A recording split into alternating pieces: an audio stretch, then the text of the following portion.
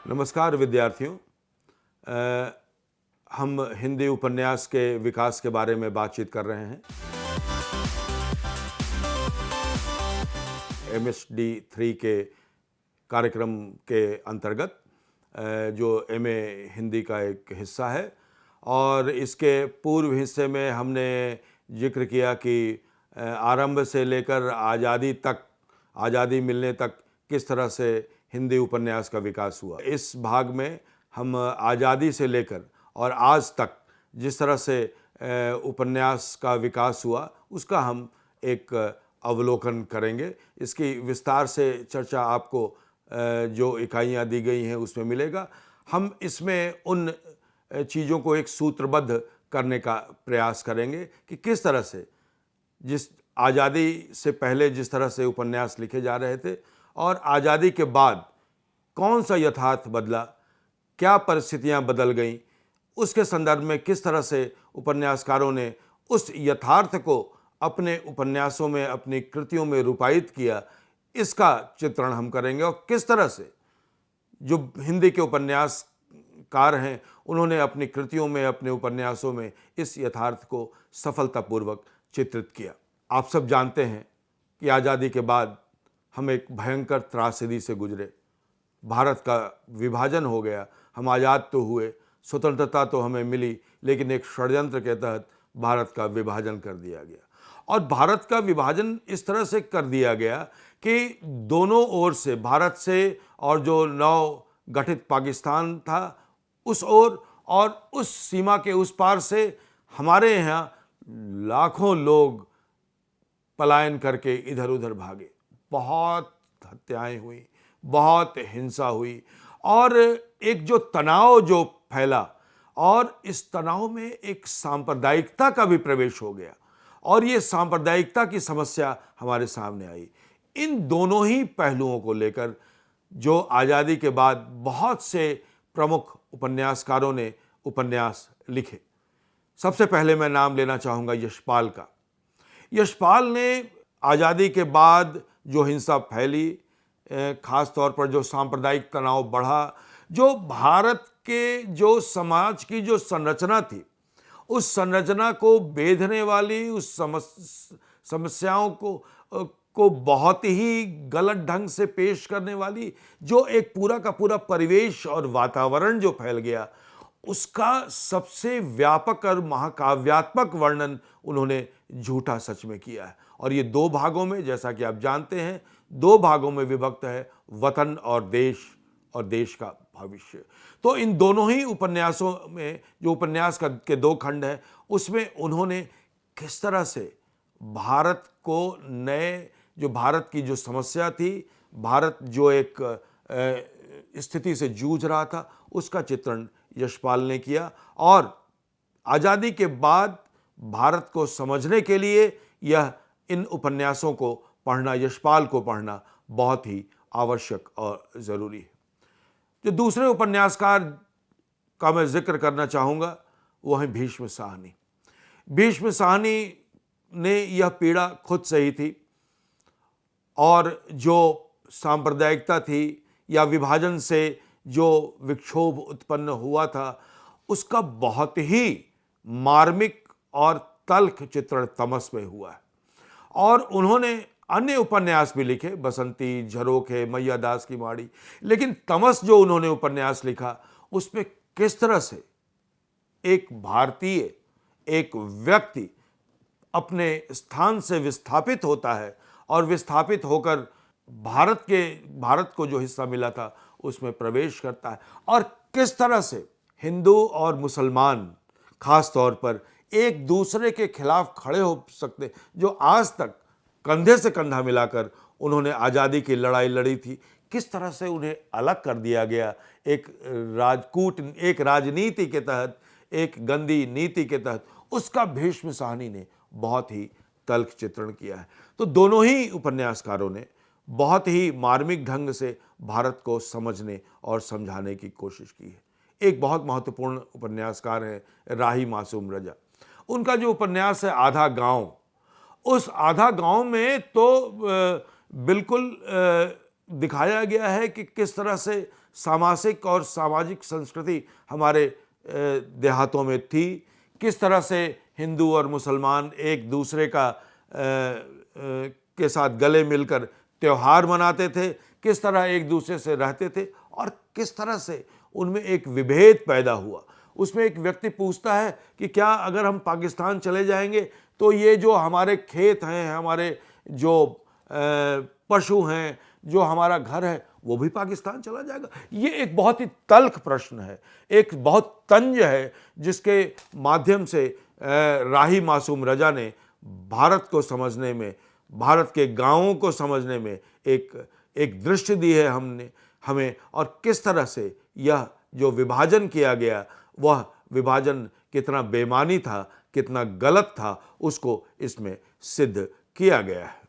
आगे जब हम बढ़ते हैं आज़ादी के बाद, तो बहुत सारे ऐसे उपन्यासकार हमारे सामने आते हैं जो भारत के आज़ाद भारत में, अब भारत आज़ाद हो गया, भारत का मध्य वर्ग है, वह मध्य वर्ग किस तरह अपनी तलाश कर रहा है, किस तरह से राजनीति करवट ले रही है, किस तरह से, जैसे कितने पाकिस्तान हैं, किस तरह से हम लोग एक दूसरे को संदेह के दृष्टि से देख रहे हैं, किस तरह से हम लोगों में जो एकता थी वो विखंडित हो रही है, और उसको देखने का प्रयास किया है और बताने का प्रयास किया है कि हम अगर एक हैं, हम अगर सामाजिक संस्कृति के तहत रहते हैं, सबको एक साथ लेकर चलते हैं, तो हमारा हिंदुस्तान कैसा होगा, इसको देखने की कोशिश कमलेश्वर ने की है। और कमलेश्वर की कई उपन्यासों पर फिल्में भी बनी हैं, और काली आंधी पर फिल्म बनी है, और कितने सीरियल्स भी बने हैं। और कमलेश्वर एक बहुत अच्छे पटकथा लेखक भी थे, और उन्होंने बहुत अच्छे ढंग से दोनों ही माध्यमों के जरिए भारत को समझने और समझाने का प्रयत्न किया है। आज़ादी के बाद जो हमारा किसान था, वो किसान की स्थिति क्या थी? क्या वो जो औपनिवेशिक स्थिति थी, उस औपनिवेशिक स्थिति से किसान मुक्त हुआ, या फिर एक सत्ता से दूसरे सत्ता के पास वो पिसने के लिए उसकी नियति तय थी? शिवपूजन सहाय ने जिस तरह से अपने उपन्यासों में, खासकर देहाती दुनिया में, जिस तरह से जो देहात की जो संस्कृति थी, जो गाँव की संस्कृति थी, जो गाँव की बोली थी, उसको जिस ढंग से, जिस नए शिल्प के साथ उन्होंने प्रस्तुत किया है, उसको पढ़ने की ज़रूरत है, ताकि हम अपने गांव को समझ सकें, गांव में रहने वाले लोगों के मन को समझ सकें और वहाँ की भाषा को समझ सकें।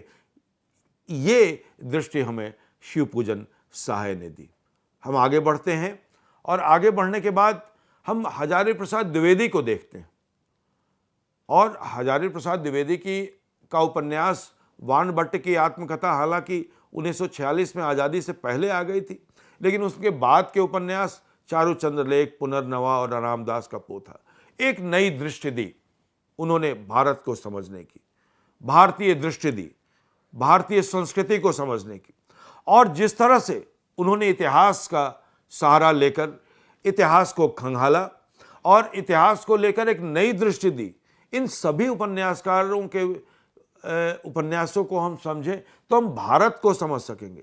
भारत का लगातार इतिहासकार एक इतिहास लिखते रहे, लेकिन हमारे उपन्यासकारों ने जो इतिहास पुनर्निर्मित किया है अपने उपन्यासों में, किस तरह से स्त्री अपने अस्तित्व के लिए लड़ रही है, वानभट्ट की आत्मकथा को पढ़िए, किस तरह से वानभट्ट जूझ रहा है, एक कृतिकार जूझ रहा है अपने समाज से, किस तरह से अनामदास का पोथा में, और बिल्कुल एक नया शिल्प, एक नई दृष्टि लेकर हजारी प्रसाद द्विवेदी आए और भारतीय संस्कृति को एक नया स्वरूप और नया स्थान और एक नई दृष्टि प्रदान की। एक महत्वपूर्ण कथाकार कवि हैं हमारे नागार्जुन।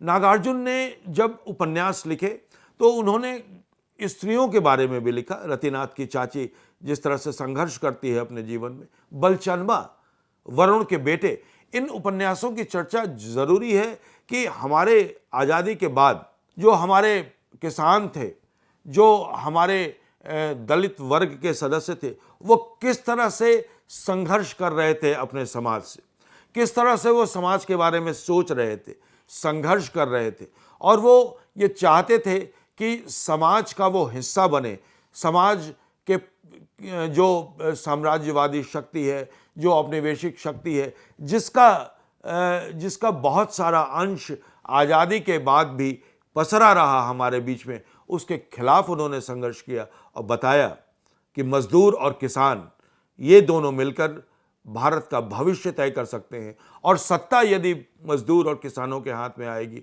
तो भारत कैसा होगा, भारत का निर्माण कैसा होगा और भारत का भविष्य कैसा होगा, इस पर नागार्जुन ने बात की।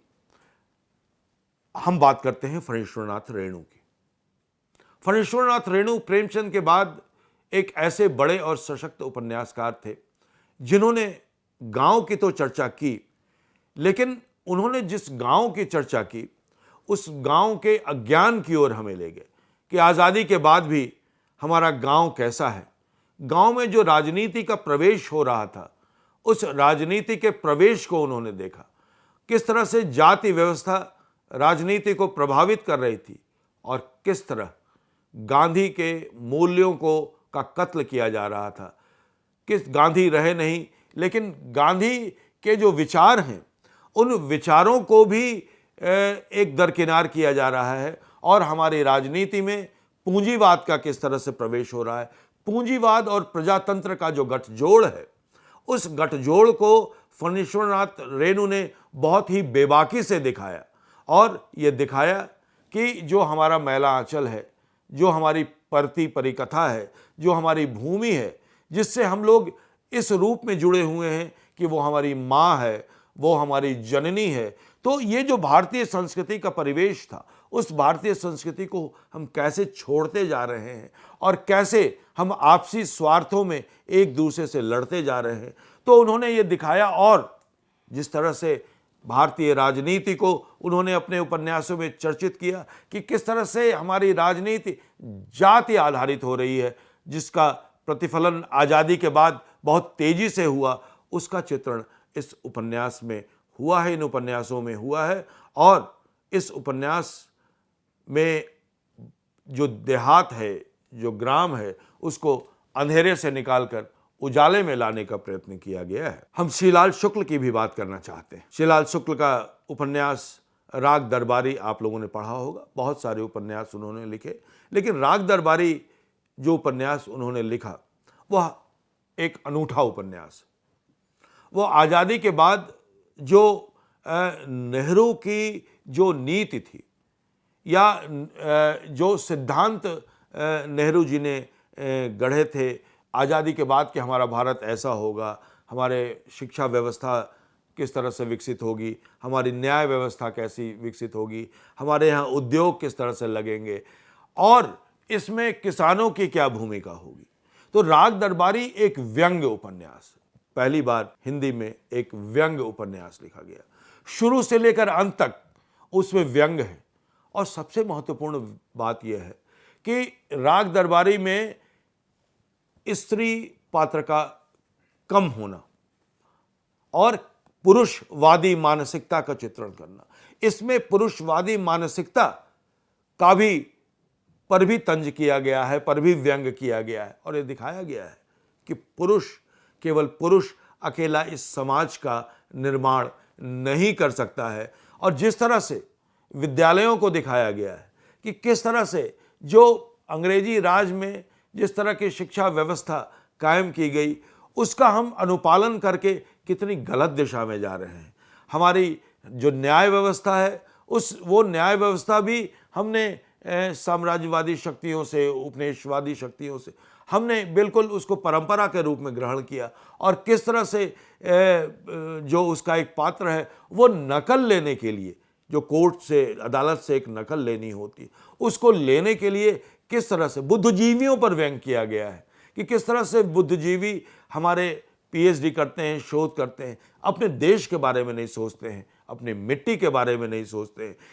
पहली बार राग दरबारी में शहर और गांव का अंतर दिखाया गया है, किस तरह का शहर विकसित हो रहा है। हालांकि इसमें कस्बा है, लेकिन उस कस्बे में भी ये दिखाया गया है कि दो तरह के बाजार हैं। एक बाजार आभिजात्य के लिए है, एक बाजार सामान्य लोग। आज देखिए, आज बिल्कुल आपके सामने मॉल है जो आभिजात्य का बाजार है, और सामान्य बाजार हैं, जो बाजार लगते हैं शुक्रवार, शनिवार, बुधवार को, वो बाजार है। दोनों बाजारों में कितना अंतर है और किस तरह से भारत और इंडिया अलग अलग होता जा रहा है, इस पर बहुत ही अच्छा व्यंग किया है और सबको इस तरह से कहा है कि सावधान हो जाओ। भारत में जिस तरह से पूंजीवाद का, उदारवाद का, बाजारवाद का आक्रमण हो रहा है, हालांकि वो शब्द बाजारवाद और उस समय उपस्थित नहीं था, लेकिन उसकी झलक हमें उनके उपन्यासों में मिलती है।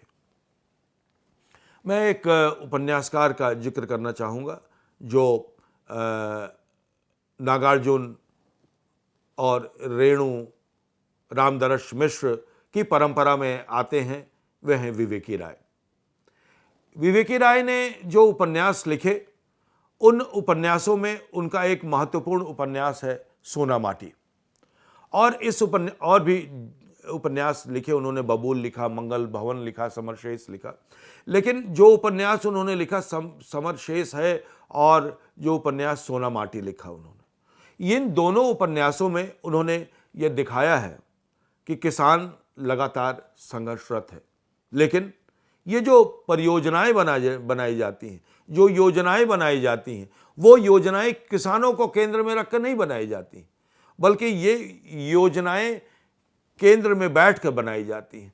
और केंद्र से, समरशेष में दिखाया, केंद्र से जब वो योजना गांव तक पहुंचती है तो उस योजना में कुछ नहीं बचा रहता है। वो एक कंगाल योजना होती है और जिसमें किसानों का कोई ध्यान नहीं रखा जाता है। किसान किस स्थिति में रहते हैं, किसान की क्या मानसिकता है, किसान की क्या स्थिति है। तो जो किसान की आज़ादी के बाद जो बदहाली है, उस बदहाली को विवेकी राय ने अपने सभी उपन्यासों में, और जो दलित जीवन है, बबूल में जिस दलित जीवन का चित्रण किया है और बबूल से उसकी तुलना की है, ये बहुत ही महत्वपूर्ण है। विवेकी राय किसी धारा से नहीं जुड़े हुए थे और किसी आंदोलन से उस तरह से नहीं जुड़े हुए थे, लेकिन उनके उपन्यास बबूल में जब दलितों का चित्रण होता है, समरशेष में जब आज़ादी के बाद विकास का चित्रण होता है, वो कहते हैं जहाँ सड़क नहीं वहाँ विकास नहीं। गांव में सड़क नहीं थी उस समय, और वो कहते हैं कि जो गांव सड़क के किनारे हैं वो विकास करते हैं। अब ये देखिए कि ये कितना प्रतीकात्मक सड़क उनके उपन्यासों में प्रतीक के रूप में उभरता है। तो जो किसानों की बदहाली थी, और खास तौर पर जो भारतीय संस्कृति है, जो किसानों के बीच जो संस्कृति पनपती और फैलती है, होली है और दूसरे त्यौहार हैं, जिस तरह से एक दूसरे से मिलकर वे एक साथ रहते और जीते हैं, जो सामूहिकता ग्रामीण जीवन की टूट रही है, उस सामूहिकता के टूटने से, परिवार के टूटने से, एक दूसरे के बीच वैमनस्य होने से गांव में विवेकी राय बहुत ही दुखी हैं। और इस तरह से वो प्रेमचंद के साथ भी जुड़ते हैं। प्रेमचंद जिस प्रकार चिंतित हैं गांवों के टूटने से, विवेकी राय भी उसी तरह चिंतित होते हैं और वो दिखाते हैं कि गांव के विकास के बिना राष्ट्र का, भारत का विकास नहीं हो सकता है। अमरकांत ने कहानियां बहुत लिखी और वो कहानीकार के, नई कहानी के कहानीकार के रूप में उनकी प्रसिद्धि है। लेकिन उन्होंने जो उपन्यास लिखा, खास तौर पर इन्हीं हथियारों से, उन्होंने एक पुनर्वलोकन किया, एक स्मृति सामने रखी कि किस प्रकार 1942 के आंदोलन में किस तरह से हमारे लोगों ने संघर्ष किया, और ख़ास तौर पर जो पूर्वी उत्तर प्रदेश है, उस पूर्वी उत्तर प्रदेश और उसकी सीमा में किस तरह से लोगों ने उस आंदोलन में वो शरीक हुए और जनता शरीक हुई। ये 1942 का आंदोलन केवल किसी नेतृत्व का, किसी व्यक्ति का आंदोलन नहीं था, बल्कि जनता का आंदोलन था। और चूंकि अमरकांत जनता से जुड़े हुए थे, लगातार वे अपनी कहानियों में और अपने उपन्यासों में जो जनता थी, जो जन था, उसका चित्रण वो करते हैं। और इस प्रकार से वो, उनके उपन्यास, उनकी कहानियाँ जनता से जुड़ती हैं। बहुत सारे उपन्यासकार हमारे सामने हैं जिनकी विस्तार से यहाँ चर्चा करना संभव नहीं है। भगवती चरण वर्मा, अमृतलाल नागर, वृंदावन लाल वर्मा और शिव प्रसाद सिंह। मैं इसमें सबसे पहले चर्चा करना चाहूँगा अमृतलाल नागर की। अमृतलाल नागर कह सकते हैं कि मध्यवर्गीय जीवन के उपन्यासकार थे। उन्होंने मध्य वर्ग को बहुत करीब से देखा और ख़ास तौर पर जो लखनऊ है और लखनऊ का जो चौक का इलाका है, उनके उपन्यास उस इलाके से बाहर नहीं निकलते हैं।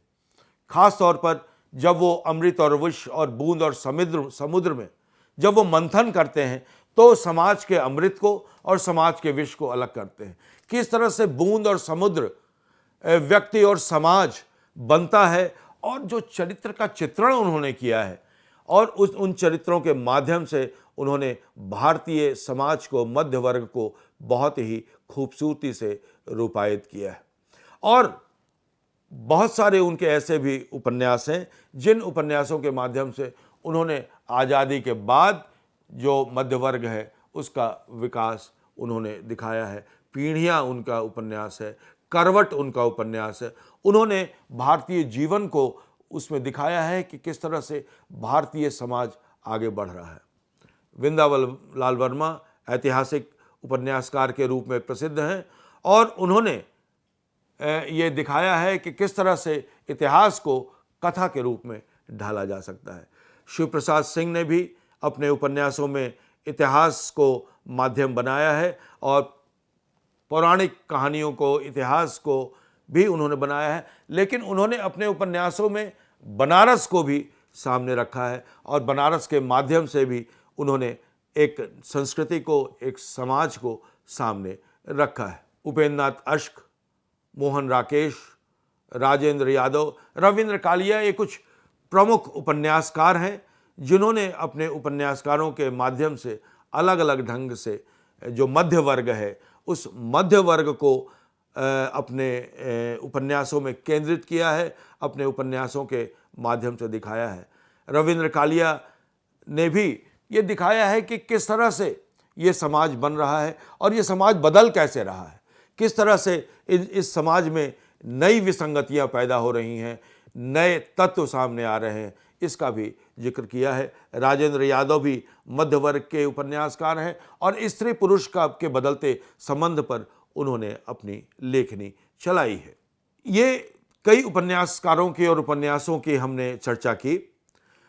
इसके बाद जब आज़ाद हुआ भारत तो स्त्रियां शिक्षित होने लगीं और जो हमारे समाज के दलित समुदाय के भी लोग थे उनमें भी चेतना उत्पन्न हुई।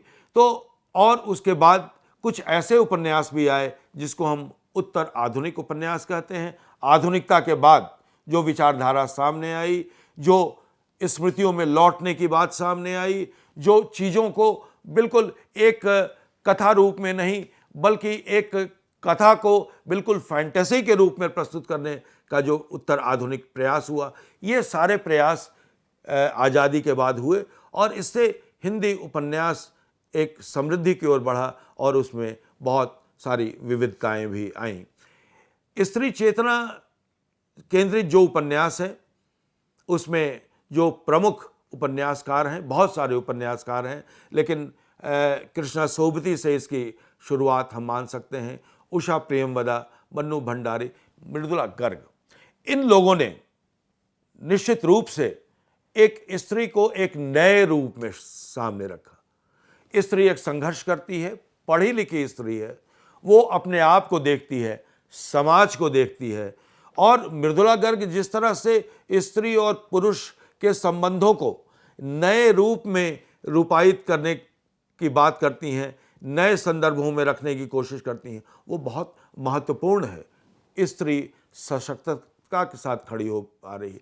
आगे भी बहुत सारे हिंदी के ऐसे उपन्यासकार हैं जिन्होंने, स्त्री उपन्यासकार हैं जिन्होंने स्त्री चेतना को केंद्र में रखकर, जैसे मैं चर्चा करना चाहूँगा ममता कालिया की, मैं चर्चा करना चाहूँगा चित्रा मुदगल की, मैत्रेयी पुष्पा की, प्रभा खेतान की और नासिरा शर्मा की। इसमें चित्रा मुदगल ने जब आवां लिखा तो उसमें देखा कि एक स्त्री जब संघर्ष करती है और पुरुष समाज में जब संघर्ष करती है तो उसका किस तरह से शोषण होता है। अपने परिवार में शोषण होता है, जब परिवार से बाहर निकलती है तो उसका शोषण होता है, और किस तरह से वह एक राजनीति से जुड़ती है, और जहां वो जाती है वहां उसका शोषण होता है, दैहिक शोषण होता है, मानसिक शोषण होता है। और जब मैत्रेयी पुष्पा जब गांव की ओर जाती हैं, चाक और अलमा कबूतरी में जब वो ऐसी स्त्रियों की बात करती हैं जो गांव की स्त्रियां हैं, जो दलित स्त्रियां हैं, वो जो अपने जीवन का संघर्ष करती हैं, वो किस तरह से संघर्ष करती हैं। इसी तरह प्रभा खेतान जब मध्यवर्गीय और खास तौर पर उच्च मध्यवर्गीय स्त्रियों या मध्यवर्गीय स्त्रियों की चेतना में प्रवेश करती हैं, तो उसमें स्त्री का एक अलग स्वरूप सामने आता है। नासिरा शर्मा भी स्त्रियों की चेतना में प्रवेश करती हैं, ममता कालिया प्रवेश करती हैं, और इनके माध्यम से ये पता चलता है कि स्त्री कोई एक अस्मिता नहीं है, अनेक अस्मिताएं हैं, स्त्रियों के अनेक रूप हैं। जिस प्रकार केवल एक पुरुष केवल एक जैसा नहीं होता, स्त्रियां भी एक जैसी नहीं होती। तो ये जो स्त्रियों का जीवन है, उस जीवन को बहुत विस्तार से चित्रित किया हमारे स्त्री लेखिकाओं ने। एक महत्वपूर्ण जो हिंदी उपन्यास को समृद्ध करने का एक अंश है, वह है दलित चेतना। दलित चेतना आई हमारे बीच में, और निश्चित रूप से इस दलित चेतना को हम लोगों ने अपने उपन्यासों में उसको चित्रित किया गया, और इसमें प्रेमचंद से इसकी शुरुआत हम मान सकते हैं कि प्रेमचंद ने किस प्रकार दलित चेतना को अपने उपन्यासों में चित्रित किया। उसके बाद नागार्जुन ने किया, रांगेय राघव ने किया, और जगदीश चंद्र ने किया। ये सब दलित जीवन का चित्रण कर रहे थे, लेकिन जो दलित लेखकों ने जो उपन्यास लिखे, उन उपन्यासों में भी जो दलित जीवन आया, उसमें एक नया फोकस था। दलितों ने अपने जीवन को देखा। अभी तक गैर दलित जो उपन्यासकार थे, वो दलितों के जीवन को देख रहे थे, परकाया प्रवेश कर रहे थे। लेकिन दलितों ने जब अपने जीवन के बारे में लिखना शुरू किया, जब आत्मकथाएं लिखी, जब कहानियां लिखी, कविताएं लिखी, तो एक नया परिप्रेक्ष्य सामने आया। और उसके साथ साथ कुछ दलित कथाकारों ने दलित उपन्यास भी लिखे, जैसे छप्पर उपन्यास लिखा कि किस तरह से एक दलित नायक एक गैर दलित महिला से विवाह करता है, उसके जीवन में कौन सा संघर्ष आता है। और इसी प्रकार काला पहाड़ में जिस तरह से भगवान दास मोरवाल ने यह दिखाया कि किस तरह से जो दलित जीवन है, वो दलित जीवन अलग अलग परेशानियों से जूझ रहा है। मुक्ति पर्व, पहला खत, पत्थर का टीला, पर प्रस्थान, और भी बहुत सारे उपन्यास आज भी लिखे जा रहे हैं, और उन उपन्यासों से दलितों का जीवन नए परिप्रेक्ष्य में आया है। अंत में मैं उत्तर आधुनिक हिंदी उपन्यास की भी बात कर दूं, और कृष्ण बलदेव वैद, मनोहर श्याम जोशी, विनोद कुमार शुक्ल ने एक नई संरचना उपन्यास में डाली, एक नया शिल्प डाला उपन्यास में। और इसमें जो कथा है, वो कथा लगातार नहीं चलती है, बल्कि कथाओं में अलग अलग जोड़ होते हैं, और उन कथाओं को पढ़कर हमें एक नया यथार्थ सामने हमें देखने को मिलता है। तो इस तरह से आज़ादी के बाद जब हमने उपन्यास की यात्रा शुरू की, तो उसमें समाज का भी चित्रण हुआ, उसमें राजनीति का भी चित्रण हुआ, और इसके साथ साथ हमारे गांवों का भी चित्रण हुआ, शहर सामने आए, और आंचलिक उपन्यास की चर्चा हुई। यानी हम अपने गांव, हम अपने देहात, हम अपने धरती की बात करते करते हम उत्तर आधुनिकता की भी बात की, दलितों की भी बात की, स्त्रियों की भी बात की। तो आज जो उपन्यास लिखे जा रहे हैं, वो उपन्यास भारतीय परंपरा का ही एक आगाज है, भारतीय परंपरा का ही विकास है, या कहीं बाहर से नहीं आया है। तो इस प्रकार पहले के कार्यक्रम में आपने आरंभ से लेकर आज़ादी तक के उपन्यासों की हमने चर्चा की। चाहता हूँ कि इन दो भागों में हम हिंदी उपन्यासों का एक चित्र ही प्रस्तुत कर सकते हैं, आंशिक चित्र ही प्रस्तुत कर सकते हैं। आप अलग अलग पाठ्यक्रमों के जरिए इन उपन्यासों पर विस्तार से आप पढ़ाई करेंगे, वहाँ हम लोग इन उपन्यासों की चर्चा विस्तार से करेंगे। ये तो एक ऐतिहासिक अवलोकन था। मैं समझता हूँ कि आप हिंदी उपन्यास के विकास को समझ सके होंगे। तो मैं यहीं विराम लेता हूँ। बहुत बहुत धन्यवाद। शुक्रिया।